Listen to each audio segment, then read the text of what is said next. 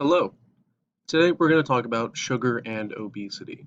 Now, obesity has been a critical issue in America for decades. I'm sure as you can see by my jawline and maybe even my body, I am myself obese. I point this out because I feel like it gives me an intimate knowledge of the things I've eaten and therefore what has more likely, causes obesity in people. And because of this, I feel like between the things I've learned in school, things I've eaten as a child, and things I'm trying to change now, nothing else seems to be as dangerous as sugar.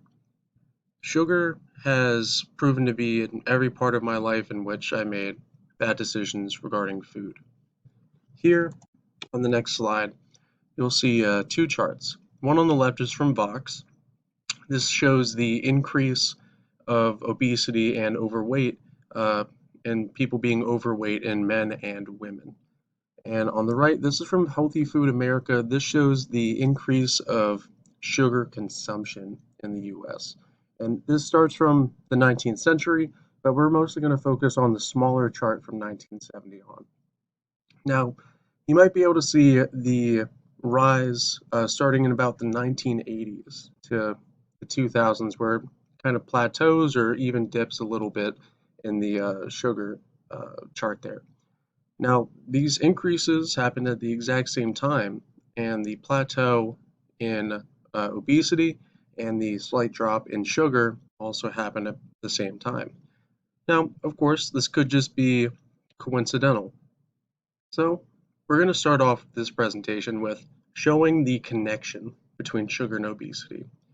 Then we'll move on to how sugar is affecting us, mostly regarding death and chronic diseases, and then how institutions are trying to help us, or at least best they can, and then finally, what people are able to do in their daily lives. So, first, sugar and obesity. So, how they're related is, I think the most tell-all sort of correlation is how sugar directly creates fat. When there's a high increase of sugar in our blood, our pancreas, which is highlighted here in red in the anatomical image, it produces more insulin. Insulin is a hormone that, when it is pumped into our blood, it tells our liver to transport sugar directly into our adipose tissue, which is the tissue that basically builds up the fat wall of our abdomen and other parts of our bodies. So, insulin is directly telling our body to put the excess sugar that is flowing in our blood to remove it and put it into our fat and create more of it. Next, the central nervous system, it's dampened when you eat excessive amounts of sugar. Over time doing this, you will create a tolerance to where your nerves, they won't actually give you that feeling of being satiated, and you'll be sort of coerced by the food you're eating into overeating and continuously adding more and more to what you add to your daily diet. Last thing is that sugar is inflammatory. So basically any joint or muscle issues that you might have or any damage that occurs, the healing for that is going to be slowed down tremendously. And even chronic consumption of excess sugar, this can lead to more damaging and even possibly deadly ailments such as cancer and Alzheimer's. The next thing is how sugar affects us. The main thing that I wanted to bring up is how sugar can cause death. Sugary beverages alone have been linked to 25,000 deaths in the US and close to 200,000 at 184,000 deaths annually. And this is just sugary beverages. I'm not going to extrapolate, but just basing it off the sugary beverages, there's obviously more deaths that could be linked to sugar generically. And even with this, as I mentioned, cancer, Alzheimer's, obesity, and obviously diabetes, they're all connected to sugar. Even more minor things like gout and other joint issues, tooth decay, Certain organs having trouble, such as the liver, as I mentioned earlier, it has to, process a lot of sugar and then move it into fatty tissue, so that can be damaging. So many things can go wrong when you excessively eat sugar. The next thing is how institutions are trying to help.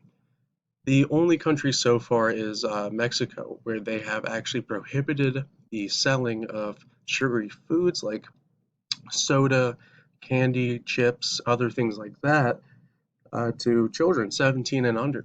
They've essentially, excuse me, they've essentially made it the same level as prohibited as cigarettes and alcohol.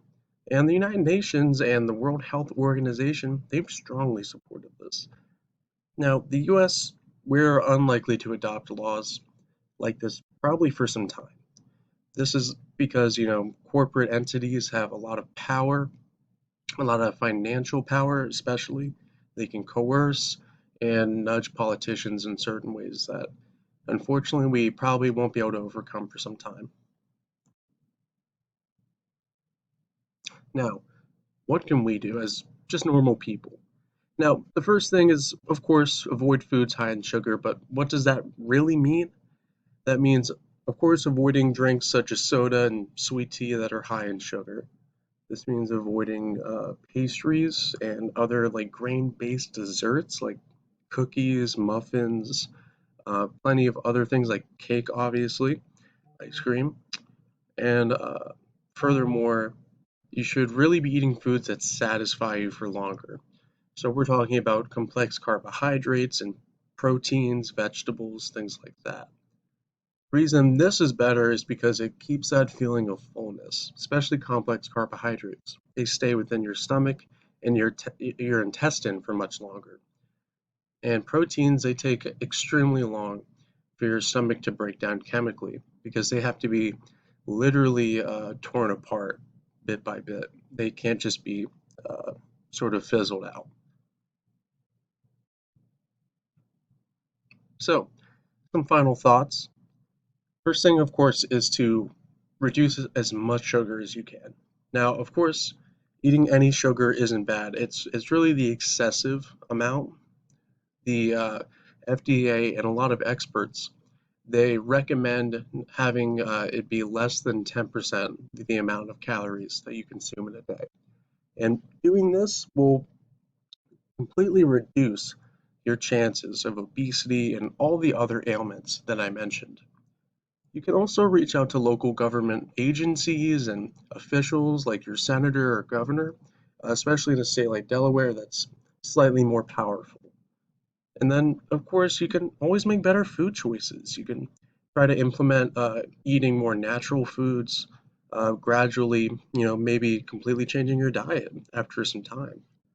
It's really every little bit counts, even if it's, just for one meal a day or just getting rid of certain bad foods that you know that you shouldn't be eating.